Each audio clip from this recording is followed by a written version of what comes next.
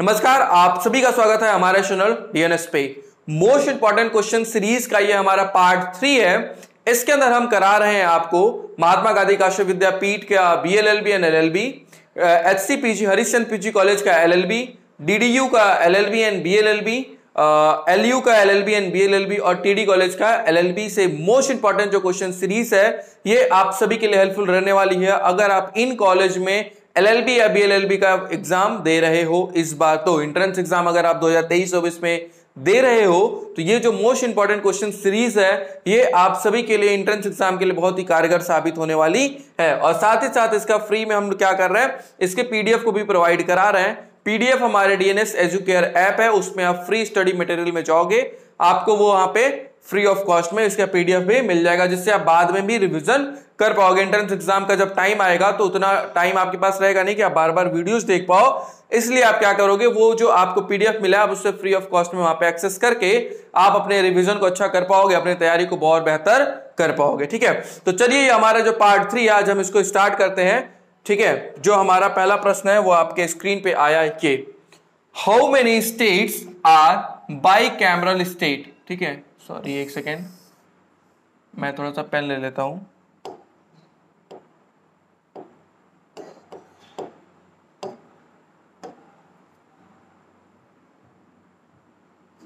एक सेकेंड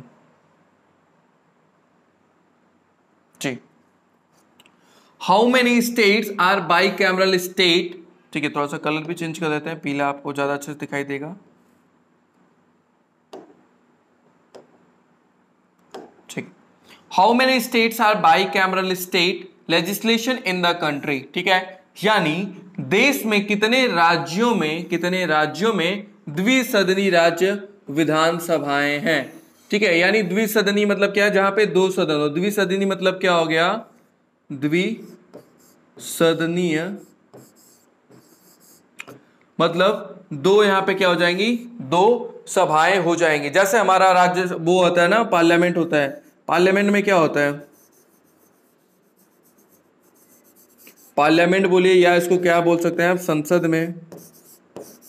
तो संसद में दो सदन होते हैं, तो कितने सदन होते हैं, दो सदन होते हैं। कौन कौन सा होता है, तो एक होता है हमारा क्या, लोकसभा होता है, लोकसभा होता है। एक हमारा क्या होता है, राज्यसभा होता है। तो वैसे ही यहां पे भी इस राज्य के अंदर ये क्या है हमारा, केंद्र के अंदर, ये क्या है हमारा केंद्र के अंदर, तो ये हमारा क्या है, राज्य के अंदर। ये क्या है हमारा, केंद्र के अंदर, सेंट्रल गवर्नमेंट के अंदर। ये क्या है हमारा, राज्य के अंदर। राज्य में द्विसदनीय रखा गया था, तो वो कौन कौन से होते हैं यहाँ पे, तो यहाँ पे हमारे होते हैं विधानसभा होता है एक,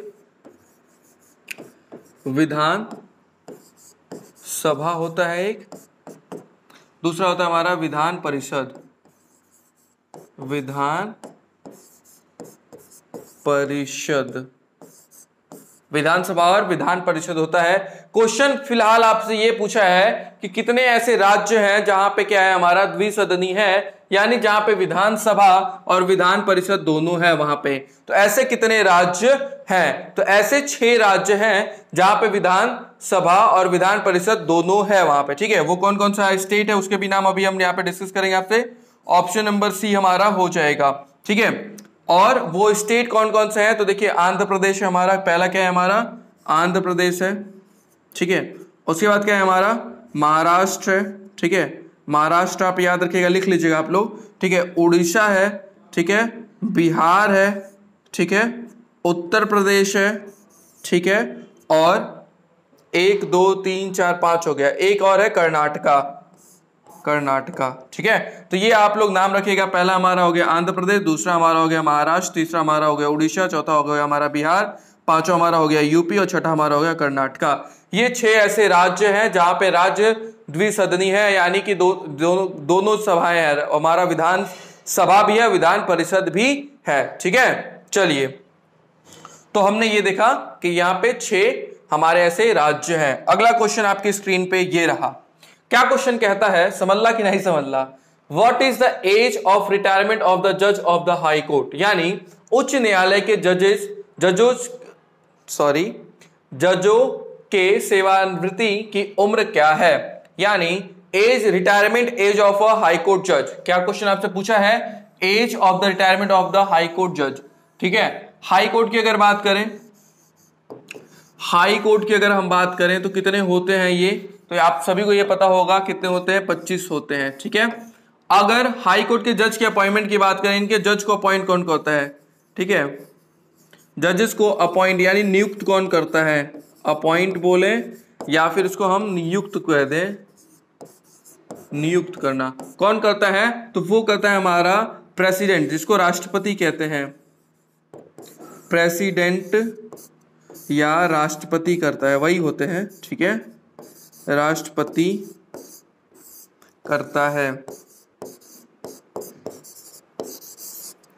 किसके सलाह पे? किसके सलाह पे करता है?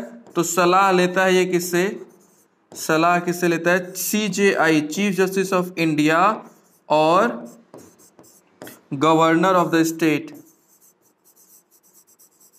Governor of the state. जिस राज्य का होगा उस राज्य के गवर्नर से और चीफ जस्टिस ऑफ इंडिया से क्या करेंगे? सलाह पे राष्ट्रपति नियुक्त करते हैं हाई कोर्ट के जज को।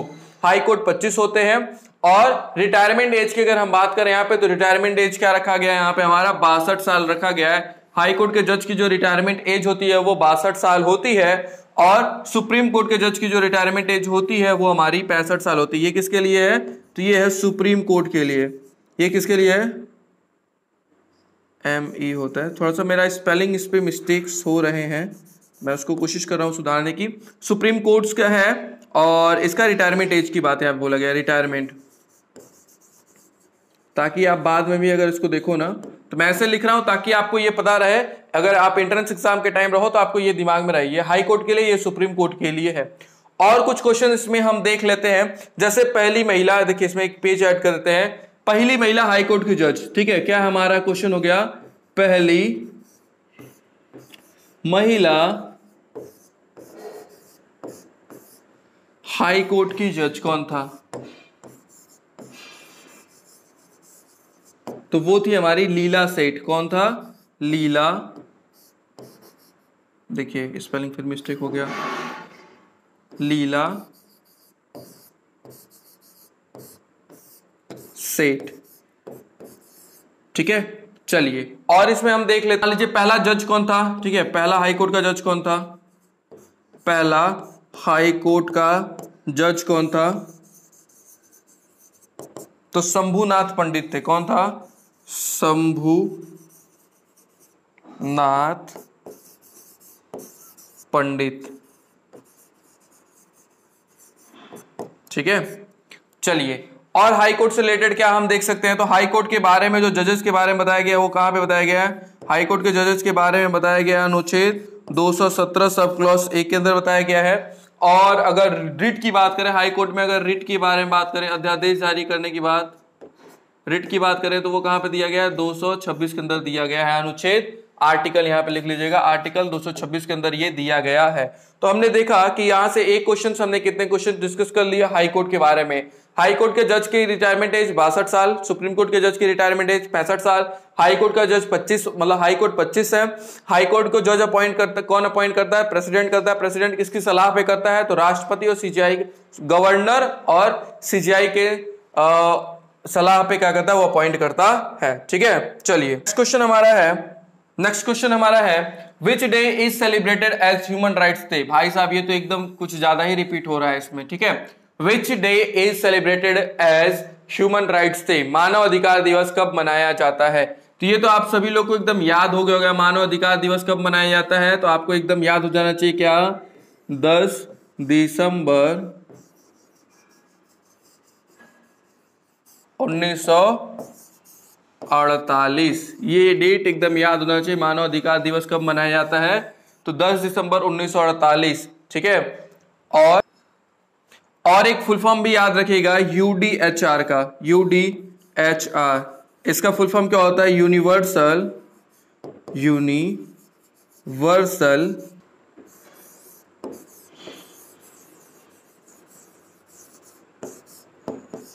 Universal declaration of human rights. ठीक है, ह्यूमन राइट्स,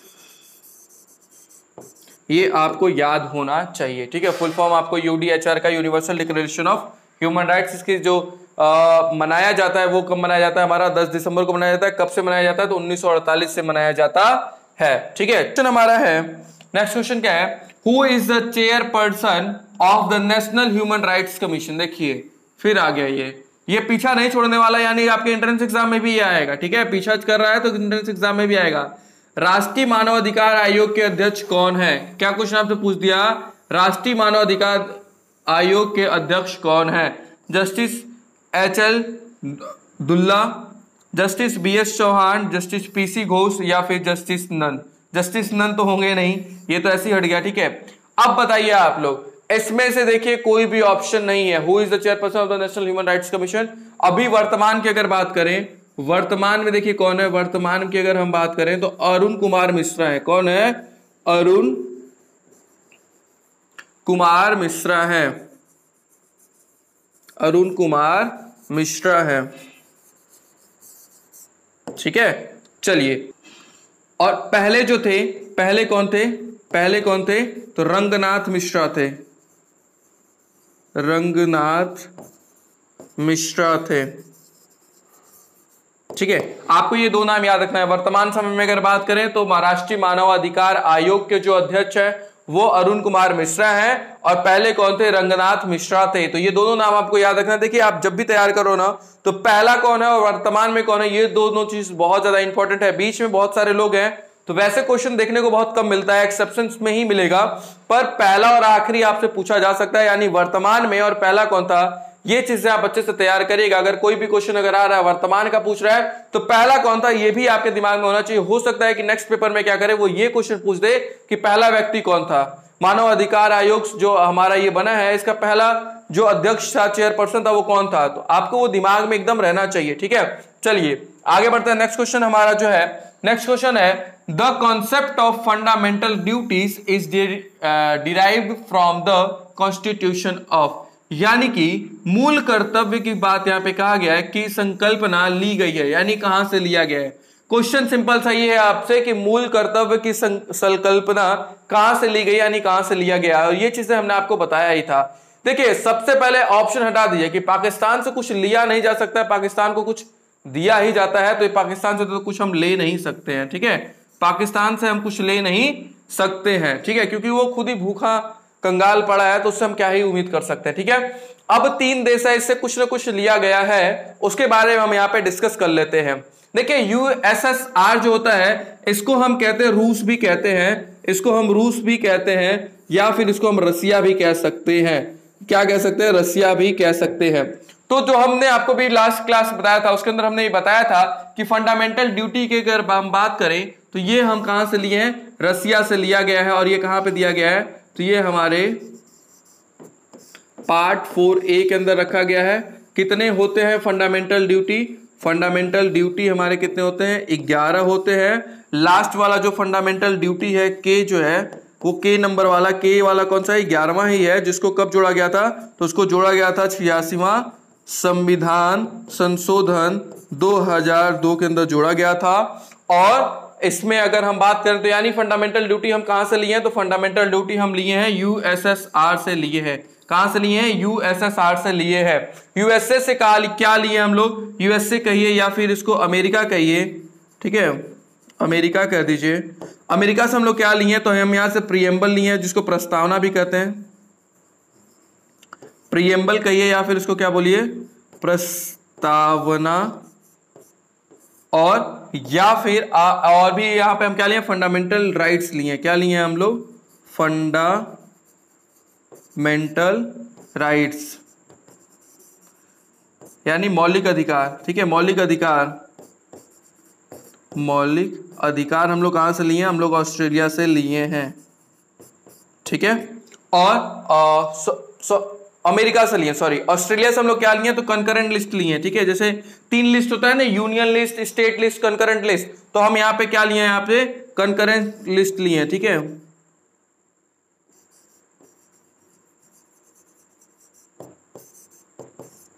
कंकरेंट लिस्ट लिया गया है। तो अब आगे बढ़ते हैं। नेक्स्ट क्वेश्चन हमारा है, नेक्स्ट क्वेश्चन हमारा है, who was the first secretary general of the united nation? यानी who was the first secretary general of the united nation कौन है, यानी संयुक्त राष्ट्र का प्रथम महासचिव कौन है। ठीक है, संयुक्त राष्ट्र जो हमारा है इसका महासचिव कौन है, इसके बारे में पूछा गया है। देखिए प्रथम यहां पे पूछ दिया है। कभी भी क्वेश्चन आप याद रखिएगा ना, तो अगर प्रथम पूछ दिया, फर्स्ट अगर पूछा है, फर्स्ट अगर पूछ दिया यहाँ पे क्या, महासचिव कौन है, महासचिव पूछा है ना, महासचिव अगर पूछा है तो आपको वर्तमान का भी याद रखना होगा, वर्तमान में कौन है। आपको ये दोनों चीजें हमेशा एक साथ लेके चलनी होगी। अगर पहला पूछा है तो वर्तमान में कौन होगा। देखिए पहला की अगर बात करें तो वहां पे कौन हो जाएगा, इसमें त्रिगु ली करके ये जो है नाम है ना, त्रिग्यू ली करके जो इनका नाम है, नाम भी थोड़ा अजीब सा होता है। तो ये क्या थे, हमारे यहाँ पे पहले महासचिव बने थे, किसके, संयुक्त राष्ट्र के जो पहले महासचिव थे वो त्रिग्यू ली बने थे। अभी वर्तमान समय में अगर बात करें हम, तो वर्तमान एंटोनियो गुटेरस, एंटोनियो गुटेरस। ठीक है, स्पेलिंग बहुत मिस्टेक होता है हमसे।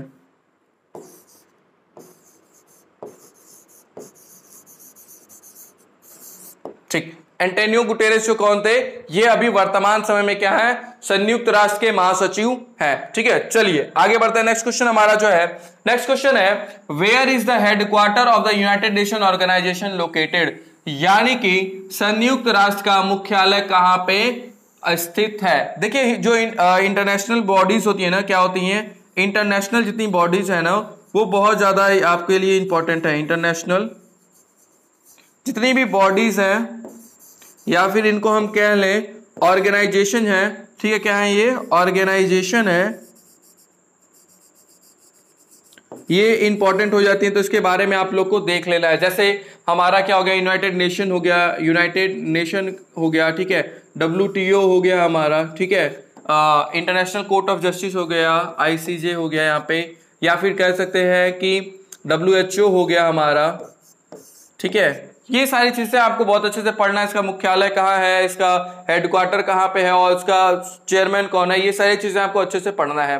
Where is the headquarter of the united nation organisation located, तो ये क्या हो जाएगा हमारा, न्यूयॉर्क हो जाएगा। ठीक है, इसमें ये सारे हट जाएंगे, क्या हो जाएगा, न्यूयॉर्क हो जाएगा। न्यूयॉर्क में क्या है, हमारा संयुक्त राष्ट्र का मुख्यालय है। हैग से आपको याद होना चाहिए, हैग नीदरलैंड क्या है, हैग नीदरलैंड, हमने आपको कुछ बताया था। हैग नीदरलैंड में क्या है, यहाँ पे हेडक्वार्टर किसका है, ये किसका हेडक्वार्टर है, तो है इंटरनेशनल कोर्ट ऑफ जस्टिस का। किसका है, international court of justice.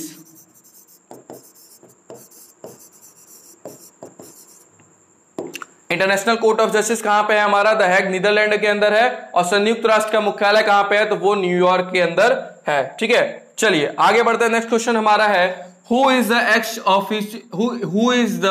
Ex officio chairman of the Rajya Sabha, यानी कि राज्यसभा का पदेन सभापति कौन होता है। ठीक है, मिनिस्टर ऑफ लॉ विधि मंत्री होते हैं, लीडर ऑफ अपोजिशन नेता विपक्ष होता है, वॉइस प्रेसिडेंट उपराष्ट्रपति होता है, या नन कोई नहीं होता है। जरा आप लोग मुझे बताइए, तो जरा इसमें बताइए क्या हो जाएगा, कौन होता है राज्यसभा का पदेन सभापति। यानी कि पदेन सभापति मतलब हो जाएगा कि अगर वो पोजीशन पे है, ठीक है, अगर मान लीजिए कोई पोजीशन पे है तो इस पोजीशन पे तो वो नियुक्त हुआ है, पर इसके अगर इस पे नियुक्त हुआ तो उसके लिए एक कार्यभार और दे दिया जाएगा। इस पद पे होने पे उसको क्या होगा, एक कार्यभार और दे दिया जाता है। उसी को हम बोलते हैं एक्स ऑफिशियो चेयरमैन, यानी वो नियुक्त तो ये हुआ पर उसको एक काम और दे दिया जाता है उसी के लिए। ठीक है, जिस पद पे वो नियुक्त हुआ है उस पे क्या जाएगा, उसको ये काम और मिल जाता है। तो वो किसको दिया जाता है, वॉइस प्रेसिडेंट होता है। ठीक है, ये क्या होता है, वॉइस प्रेसिडेंट जो उपराष्ट्रपति होता है, ये क्या हो जाता है, एक्स ऑफिशियो चेयरमैन होता है, यानी वो राज्यसभा का क्या हो जाता है, अध्यक्ष हो जाता है। ठीक है, आगे बढ़ते हैं, इसमें और भी चीजें कुछ देख लेते हैं। तो देखिए इसमें पहला हम क्या देख सकते हैं, फर्स्ट कौन है। देखिए अभी क्या है, फर्स्ट वॉइस प्रेसिडेंट कौन था, वॉइस प्रेसिडेंट यानी पहला उपराष्ट्रपति कौन था, तो बताइए आप लोग कौन था। और इसमें अभी वर्तमान में कौन है, वर्तमान में उपराष्ट्रपति कौन है, वर्तमान में उपराष्ट्रपति कौन है, इसके बारे में आपको बताना है। बताइए आप। तो पहला जो हमारे वॉइस प्रेसिडेंट थे कौन था, ये हमारे थे सर्वपल्ली राधाकृष्णन। कौन था, सर्वपल्ली राधाकृष्णन।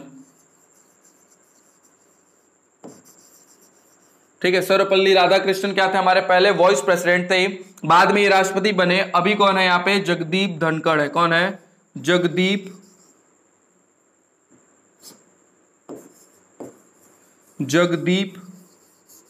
धनखड़। ठीक है, और इसमें अगर थोड़ा सा और भी अगर हम देखें तो लॉ मिनिस्टर की अगर हम बात करें तो देखिए, लॉ मिनिस्टर की अगर हम बात करें तो लॉ मिनिस्टर पहला कौन था, लॉ मिनिस्टर फर्स्ट कौन था, देखिए पहला कौन था इसमें, तो आपको ये नाम याद रखना होगा, डॉक्टर बी आर अंबेडकर। कौन था, डॉक्टर बी आर अंबेडकर। ठीक है, अंबेडकर थे। और अभी कौन है, वर्तमान में कौन है, तो वर्तमान में है अर्जुन राम है, पर आप देख लीजिएगा एक बार, क्योंकि इनका का जो कार्यकाल था, अर्जुन राम जो थे इनका था, पर इनका कार्यकाल आई थिंक मई तक ही था, मई 2023 तक का ही था। तो अभी नया कौन होगा इसमें आप देख लीजिएगा, लॉ मिनिस्टर कौन बना है। ठीक है, जो इनका कार्यकाल मई तक था, पर अभी शायद कोई बना नहीं है, तो इसलिए ये अपडेटेड नहीं है, लेकिन हाँ मई 2023 तक का इनका था कार्यकाल। पर अभी जो वर्तमान में होगा उसको आप देख लीजिएगा एग्जाम में जाने से पहले, क्योंकि देखिए लॉ का एंट्रेंस एग्जाम आप दे रहे हो तो ये चीजें इंपॉर्टेंट हो जाती है कि यहां से क्वेश्चन देखने को मिल सकता है, इसलिए आप इससे अपडेट हो जाइएगा। हालांकि मैं भी आपको अपडेट कर दूंगा एक बार, जो जितने भी रिसेंट मिनिस्टर्स होंगे ना, इसकी ये चीजें आपको मैं एक बार लास्ट में एंट्रेंस एग्जाम के अंदर करा दूंगा।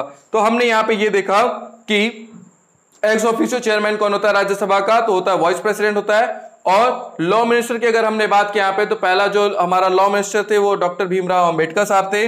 वर्तमान समय में की अगर हम बात करें तो अर्जुन राम है, पर ये मई तक का इनका कार्यकाल था, 2023 तक का। अब नया कौन है ये अभी अपडेट नहीं आया है, जैसे आएगा हम इन्फॉर्म करेंगे, या फिर आप भी क्रॉस चेक कर लीजिएगा एंट्रेंस एग्जाम में जाने से पहले। The main factor of the polluting environment is, यानी कि वायुमंडल को प्रदूषित करने का वाला प्रमुख कारक क्या है, यानी जो हमारा वायुमंडल इन्वायरमेंट है उसको प्रदूषित करने के लिए मेन रीजन क्या होता है वहां पे, तो नेचुरल है, ठीक है, प्राकृतिक, सोशल, सामाजिक। भाई सोशल से कैसे हम पॉल्यूशन फैला सकते हैं, ठीक है, प्राकृतिक चीजें कैसे, भाई प्राकृतिक को तो डिस्टर्ब ह्यूमन करता है ना, नेचर किसी भी प्रदूषण को क्रिएट नहीं करती है, प्रदूषण क्रिएट कौन करता है, इंसान ही करते हैं। ऑल ऑफ दिस तो हो नहीं पाएगा, क्योंकि ये दोनों हट गया तो क्या हो जाएगा, इंडस्ट्रियल यानी औद्योगिक। क्या होता है, जितनी इंडस्ट्रीज बढ़ रही है वो क्या करेंगी, उनका वेस्ट मटेरियल आएगा, वो एयर में करेंगी, वो क्या करेंगी, नॉइस पॉल्यूशन करेंगी, वो वाटर में करेंगी। क्योंकि इंडस्ट्री में क्या होता है, जो भी चीजें मैन्युफैक्चर होती है तो उसमें वेस्ट चीजें भी निकलती हैं, और वेस्ट चीजें क्या होंगी, वो कहीं ना कहीं वायुमंडल को प्रदूषित करती ही है। ठीक है, चलिए आगे बढ़ते हैं। नेक्स्ट क्वेश्चन हमारा है, who is the governor of the reserve bank of India, यानी आरबीआई के बारे में यहाँ पे बात कर रहा है। आरबीआई की अगर सबसे पहले हम बात करें, स्थापना की बात कर लेते हैं। ठीक है, स्थापना, तो स्थापना इसकी कब हुई थी, 1 अप्रैल 1935 के अंदर। ठीक है, 1935 के अंदर। राष्ट्रीयकरण इसका कब हुआ था, यानी राष्ट्रीय करण जो हुआ था ये कब हुआ था, तो ये हुआ था 1 जनवरी 1949 के अंदर। क्या होता है, इसका राष्ट्रीयकरण हुआ था। अब देखिए इसके बाद क्या होता है, इसके जो क्या पूछा है यहाँ पे, चेयरमैन, गवर्नर ना, गवर्नर की बात कर लें, गवर्नर की बात करें तो यहां पे देखिए पहला जो था, फर्स्ट कौन था, ये आपको याद रखना होगा। तो देखिए अगर इंडियन ओरिजिन की बात करेंगे, अगर भारतीय अगर पूछेगा तो भारतीय में क्या हो जाएगा, सीडी देशमुख हो जाएंगे। कौन हो जाएगा, सीडी देशमुख हो जाएंगे, सीडी देशमुख हो जाएंगे। ठीक है, और अगर पहला पूछा जिसमें फॉरेन में थे तो ऑसबॉर्न स्मिथ हो जाएंगे। ठीक है, क्या हो जाएंगे इसमें, ऑसबॉर्न स्मिथ हो जाएंगे। ठीक है, ऑसबॉर्न स्मिथ हो जाएंगे। और अभी वर्तमान समय का पूछा है तो वर्तमान समय में कौन है, शक्तिकांत दास है। ये क्या है, अभी वर्तमान समय में क्या है, वर्तमान में ये क्या है, हमारे गवर्नर हैं, कहां के, रिजर्व बैंक ऑफ इंडिया के क्या है, गवर्नर हैं। तो इतने क्वेश्चन आपको रिजर्व बैंक ऑफ इंडिया से याद रखना है। इसकी स्थापना कब हुई, 1935 के अंदर हुई थी। इसका राष्ट्रीयकरण कब हुआ था, 1 जनवरी 1945 को हुआ था। इसके जो पहले गवर्नर थे, भारत मूल के अगर बोला जाएगा तो क्या हो जाएंगे, हमारे सीडी देशमुख हो जाएंगे। और अगर पहले गवर्नर की सिर्फ बात किया है वहां पे तो आप क्या करोगे, ऑसबोर्न स्मिथ करोगे, और अगर वर्तमान समय की बात करेगा तो कौन हो जाएगा, हमारा शक्तिकांत दास हो जाएगा। इतनी चीजें आपको यहां से याद रखनी है, ठीक है। चलिए आगे बढ़ते हैं नेक्स्ट क्वेश्चन। नेक्स्ट क्वेश्चन हमारा है मैकमोहन लाइन इज, यानी मैकमोहन रेखा क्या है, यानी ये किस देश से जो लाइन बाउंड्री है ये शेयर होता है। तो ऑप्शन दिया हमारा बिटवीन इंडिया एंड चाइना, यानी कि भारत और चीन के मध्य में, इंडिया एंड पाकिस्तान, भारत और पाकिस्तान के बीच में, इंडिया एंड म्यांमार, भारत और म्यांमार के बीच में, इंडिया एंड बांग्लादेश के बारे में। यानी किसके साथ ये जो बाउंड्री है मैकमोहन लाइन है, ये बाउंड्री किसके साथ भारत शेयर करता है, तो वो हमारा ऑप्शन हो जाएगा इंडिया और चाइना के बीच में क्या है, मैकमोहन लाइन है, ठीक है। मैकमोहन लाइन किसके बीच में है, तो इंडिया और चाइना के बीच में है। इंडिया और पाकिस्तान में बात करें तो देखिए यहाँ पे पाकिस्तान क्या खतरा ही है, तो आप याद रखेगा इसके साथ कौन सी बाउंड्री शेयर करता है भारत, तो रेड क्लिफ करता है, ठीक है। रेड क्लिफ्स जो है ये हमारा क्या होता है, भारत और पाकिस्तान के बीच की लाइन है, ठीक है। और सबसे बड़ी लाइन जो बाउंड्री शेयर करता है, जो भारत सबसे बड़ी बाउंड्री लाइन शेयर करता है, सबसे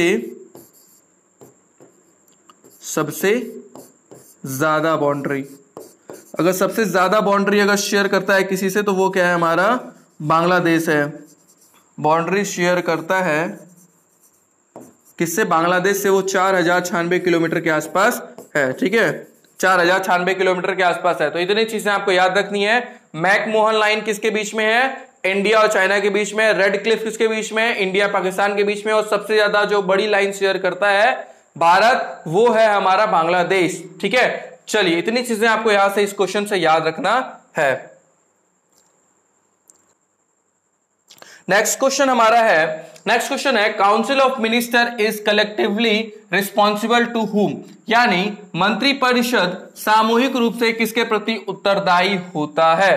प्रधानमंत्री, प्राइम मिनिस्टर, राष्ट्रपति, प्रेसिडेंट, राज्यसभा या फिर लोकसभा, किसके प्रति मंत्रिपरिषद सामूहिक रूप से उत्तरदायी होता है। तो वो देखिए दिया गया हमारा कहां पे, आर्टिकल 75, आर्टिकल यानी अनुच्छेद 75 सब क्लॉज 3 के अंदर दिया गया है, जहां पे ये बोला गया है कि मंत्रिपरिषद जो है वो सामूहिक रूप से किसके प्रति उत्तरदायी होगा, तो वो हो जाएगा लोकसभा के प्रति क्या हो जाएगा, वो उत्तरदायी हो जाएगा। यानी council of minister is collectively responsible for the Lok Sabha, वो कहां पे दिया गया, हमें अनुच्छेद 75 सब क्लॉज 3 के अंदर दिया गया है, ठीक है। इतनी चीजें आपको यहां से याद रखनी है। चलिए आगे बढ़ते हैं।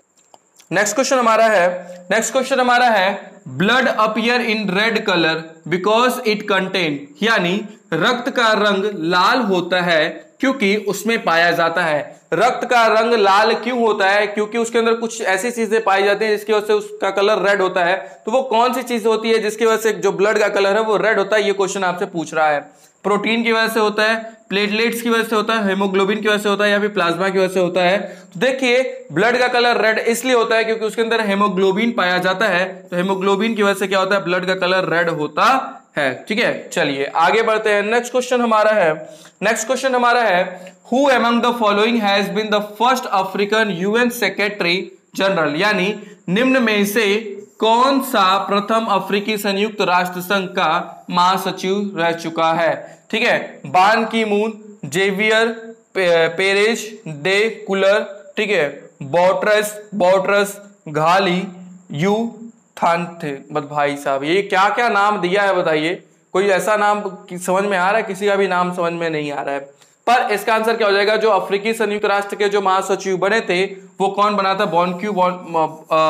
बॉट्रस घाली करके बने हुए थे, ठीक है। ये ऐसे क्वेश्चंस हैं जो बहुत एक्सेप्शंस है कि ये आए जल्दी, पर हालांकि इस पीडीएफ में आ गया तो मैं बता दे रहा हूं। पर ये क्वेश्चंस ऐसे एक्सेप्शंस में थे कि अगर मान लीजिए बाय द वे कभी ऐसा क्वेश्चन रिपीट कर दिया, हालांकि ये क्वेश्चन प्रीवियस ईयर का ही है, ऐसे क्वेश्चन अगर आए तो आप छोड़ सकते हो, पर हमने इसलिए इसको मेंशन किया कि क्या पता अगर ऐसा क्वेश्चन आ जाए तो आप इसको इजीली यहाँ पे कर पाओगे, एज इट इज इसको कर दीजिएगा। बाकी बहुत बेचैन नहीं होइएगा, ऐसे क्वेश्चन बहुत ही रेयर ही आएंगे, ठीक है, और रेयर आएंगे तो आप छोड़ दीजिएगा वैसे क्वेश्चन। या फिर कुछ कॉलेज ऐसे जहां पे नेगेटिव मार्किंग नहीं है तो आप उस क्वेश्चन को अटेम्प्ट कर सकते हो, ठीक है। चलिए आगे बढ़ते हैं। नेक्स्ट क्वेश्चन हमारा है POCSO act is related to, यानी पास्को जो है प्रोटेक्शन ऑफ चिल्ड्रन। देखिए इसका फुल फॉर्म क्या होता है, इसका फुल फॉर्म होता है protection of children, protection of children, protection of children from sexual offence, ठीक है, फ्रॉम सेक्सुअल ऑफेंस, ऑफेंस। और ये कब आया था, ये एक्ट जो आया था ये कब आया था, 2012 के अंदर आया था। इसमें बोला गया कि कोई भी बच्चा अगर 18 साल से कम एज का है, 18 साल से क्या है, कम एज का है, और उसके साथ कभी ऐसी चीजें आती है तो उसको किसके अंदर डील किया जाएगा, पॉस्को एक्ट के अंदर डील किया जाएगा। और इसमें अच्छा खासा सजा भी दिया जाता है। इसमें कितने, कम से कम 5 साल की सजा होती है, 5 साल की सजा होती है, या फिर 7 साल की भी सजा इसके अंदर दिया जा सकता है, प्लस फाइन, इसके साथ साथ फाइन भी देना पड़ेगा अगर कोई ऐसी चीज आती है जहां पे क्या होता है, सेक्सुअल ऑफेंस होता है बच्चों के खिलाफ। तो वहां पे बच्चों को प्रोटेक्ट करने के लिए ये थोड़ा स्ट्रिक्ट रूल लाया गया था। तो ये किसके लिए था, बच्चों के लिए ही था। तो यहाँ पे ऑप्शन में क्या दिया है, ऑयल कंपनीज, क्या तेल कंपनियों के लिए है, नहीं भाई तेल कंपनी तो नहीं है, यहाँ बच्चों की बात किया गया है। तो यहाँ पे सिविल सर्विसेज, लोक सेवाओं, सेवकों से नहीं, समुद्र से नहीं, किससे रिलेटेड है, ये बच्चों से रिलेटेड है। तो इसका ऑप्शन क्या हो जाएगा, ऑप्शन नंबर बी, यानी POCSO act is related to children, ठीक है। इसका फुल फॉर्म भी आप याद रखिएगा। और ये कब लाया गया, तो ये लाया गया था, ये कब का एक्ट पास हुआ है, तो 2012 का ये क्या है, एक्ट है, ठीक है। और इसमें इसका फुल फॉर्म भी याद रखिएगा, protection of children from sexual offence हो जाएगा, ठीक है। चलिए अगला क्वेश्चन हम देखते हैं, When was the Constitution of India enacted? देखिए ध्यान दीजिएगा, क्वेश्चन को थोड़ा सा ना ध्यान से पढ़िएगा। भारत का संविधान किस दिन अधिनियमित किया गया था, अधिनियमित करना ये अलग चीज है, दूसरा बात यहाँ पे ये कि लागू करना, ये दोनों अलग अलग चीज है, ठीक है। अधिनियम करना और लागू करना ये दोनों अलग अलग चीज है, और इसका दोनों का आंसर अलग अलग ही होगा। इसका आंसर देखिए क्या हो जाएगा, तो इनेक्टेड की बात बोला गया है, इनेक्टेड कब किया गया था, इनेक्टेड या फिर अधिनियमित की अगर हम बात करें तो वो किया गया था हमारा कब, 26 नवंबर 1900 क्या हमारा है, 49 हो जाएगा, ठीक है। और लागू कब किया गया, तो ये किया गया था 26 जनवरी 1950 के अंदर क्या किया गया था, लागू किया गया था, ठीक है। ये दो डेट आपको याद रखना है। तो ये आपको क्या ऑप्शन इसमें हो जाएगा, 26 नवंबर 1949 हो जाएगा। इस दिन क्या किया गया था, लागू किया गया था, लागू किया गया था। इस दिन क्या हुआ था, हमारा देश आजाद हुआ था, ठीक है। क्या हुआ था, आजाद हुआ था, आजाद, ठीक है। और एक चीज और याद रखिएगा इसमें, हाँ देखते हैं और क्या बताया जा सकता है इसके अंदर। तो संविधान से रिलेटेड है, तो संविधान बनने में कितना समय लगा, तो संविधान बनने में लगा था 2 साल 11 महीना 18 दिन लगा था इसको बनाने में, ठीक है। और ये बनाया किसके द्वारा गया था, तो संविधान सभा के द्वारा बनाया गया था। किसके द्वारा बनाया गया था,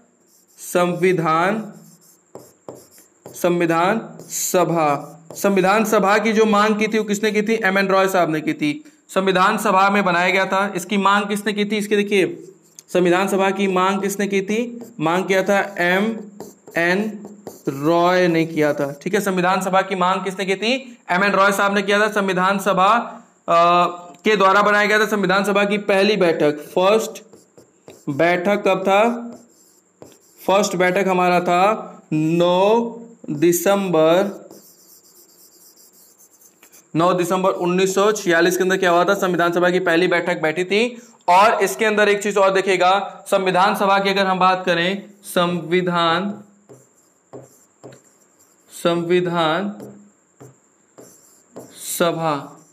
संविधान सभा की अगर हम बात करें तो देखिए इसकी पहली बैठक तो हमने बता दी, पहली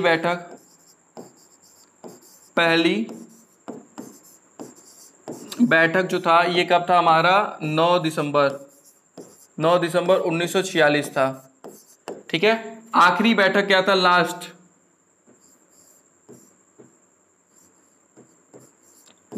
ठीक है, मतलब लास्ट जो था हमारा वो कब था, तो वो था हमारा 24 जनवरी 1950। कब था हमारा, 24 JANU, स्पेलिंग बहुत मिस्टेक हो रही है डिजिटल बोर्ड पे, उसको थोड़ा सुधारा जाए, JANUARY, जनवरी 1950 के अंदर क्या होता, हमारी आखिरी बैठक हुई थी संविधान सभा की। और इसके अंदर अगर हम बात करें संविधान सभा की और भी चीजें देखिए, आप याद रखिएगा, इसमें अध्यक्ष कौन था, संविधान सभा का अध्यक्ष अध्यक्ष बोलिए या फिर इसको चेयरपर्सन बोल दीजिए। चेयर पर्सन कौन था? इसमें दो ऑप्शन हो जाएंगे। पहला ये था कि मनोनीत की बात किया गया है। मनोनीत, मनोनीत मतलब क्या हुआ? नॉमिनेटेड। नॉमिनेटेड में कौन था? मतलब जो 9 तारीख की मीटिंग हुई थी ना, उसमें कौन था? तो उसमें थे, कौन था अध्यक्ष? डॉक्टर सच्चिदानंद सिन्हा। ठीक है, आपको ये याद रखना है, सच्चिदानंद सिन्हा। ठीक है, और इलेक्टेड कौन था? यानी इसमें इसको क्या बोलते हैं? चुनना, चुन के कौन आया था, या फिर इलेक्टेड बोल सकते हैं। इलेक्टेड, निर्वाचित इसको बोलते हैं। ठीक है, निर्वाचित। निर्वाचित पहला जो अध्यक्ष था वो कौन बना था? निर्वाचित में कौन बना था? डॉक्टर राजेंद्र प्रसाद बने थे। तो ये क्वेश्चन बहुत इंपॉर्टेंट हो जाता है, आपको याद रखना पड़ेगा ये चीजें। ठीक है, राजेंद्र प्रसाद थे।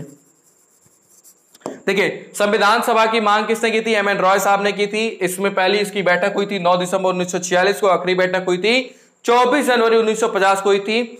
जब संविधान सभा बना था तो 9 दिसंबर को जब हमारी पहली मीटिंग हुई थी, तो उसमें जो देखिए निर्वाचित किया गया, ठीक है, मतलब मनोनीत किया गया, उसमें मनोनीत किया गया यानी नॉमिनेटेड किया गया, किसी का नाम लेके बनाया गया। वो नाम किसका था? सच्चिदानंद सिन्हा का था। उसके 2 दिन बाद दूसरी मीटिंग हुई थी 11 दिसंबर 1946 के अंदर, जिसमें निर्वाचित किया गया। और किसको किया गया था? उसके अध्यक्ष कौन थे? यानी जो अस्थाई अध्यक्ष कहा जा सकता है वो कौन बने? डॉक्टर राजेंद्र प्रसाद बोले। अस्थाई अध्यक्ष कौन था हमारे इसका संविधान सभा का? तो वो बने थे हमारे डॉक्टर सच्चिदानंद सिन्हा। आपको इतनी चीजें यहां से याद रखनी है। ठीक है, चलिए आगे बढ़ते हैं। नेक्स्ट क्वेश्चन हमारा जो है, chairperson of the planning commission कौन होता है? ठीक है, प्लानिंग कमीशन को हटा के अभी क्या कर दिया गया है? नीति आयोग। और नीति आयोग के बारे में हमने आपको बहुत कुछ बताया भी है लास्ट क्लास के अंदर। तो इसका जो चेयरपर्सन होते हैं या फिर योजना आयोग का अध्यक्ष कौन होता है? तो योजना आयोग का अध्यक्ष हमारा प्रधानमंत्री ही होता है, यानी प्रधानमंत्री क्या हो जाएगा? हमारा योजना आयोग का अध्यक्ष हो जाता है। ठीक है, चलिए आगे बढ़ते हैं। नेक्स्ट क्वेश्चन हमारा है, संतोष ट्रॉफी इज एसोसिएटेड विथ, यानी संतोष ट्रॉफी किससे संबंधित है? किस खेल से संबंधित है? क्रिकेट, हॉकी, वॉलीबॉल या फिर फुटबॉल? तो देखिए, संतोष ट्रॉफी जो होता है ये हमारा संबंधित है फुटबॉल से। किससे संबंधित है?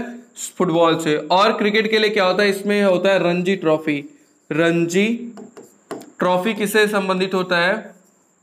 तो रणजी ट्रॉफी जो होता है वो क्रिकेट से संबंधित होता है। लेकिन यहाँ पे क्या पूछा आपसे? संतोष ट्रॉफी के बारे में पूछा है। तो संतोष ट्रॉफी हमारा फुटबॉल से संबंधित है। ठीक है, चलिए अगला प्रश्न देखते हैं हम। The headquarter of the world trade organisation, WTO का ऑर्गेनाइजेशन का मुख्यालय कहां पे है? विश्व व्यापार संगठन का मुख्यालय कहां पे स्थित है? क्वेश्चन आप ऑप्शन दिया आपको, जेनेवा दिया है, पेरिस दिया है, वॉशिंगटन दिया है या फिर न्यूयॉर्क दिया है, क्या हो जाएगा? तो देखिए, WTO का जो है वर्ल्ड ट्रेड ऑर्गेनाइजेशन का जो हेडक्वार्टर है वो कहां पे है? जेनेवा स्विट्जरलैंड के अंदर है। कहां पे है? जेनेवा स्विट्जरलैंड के अंदर क्या है? इसका मुख्यालय है। ठीक है, यहाँ पे क्या है? जेनेवा स्विट्जरलैंड में इसका मुख्यालय है। और इसमें हम क्या देख सकते हैं? तो इसका जो फॉर्मेशन हुआ था, WTO का जो फॉर्मेशन हुआ था वो हुआ था 1 जनवरी को, 1 JNUARY जनवरी 1945 के अंदर हुआ था। ठीक है, थोड़ा सा स्पेलिंग मिस्टेक हो रहा है, इसको मैं सुधारने की कोशिश कर रहा हूं। ठीक है, 1 जनवरी 1945 के अंदर क्या हुआ था? इसका फॉर्मेशन हुआ था, यानी गठन हुआ था। ठीक है, इसका क्या हुआ था? गठन हुआ था, या फिर कह सकते हैं स्थापना भी बोल सकते हैं, स्थापना भी कह सकते हैं। ठीक है, WTO वर्ल्ड ट्रेड ऑर्गेनाइजेशन का।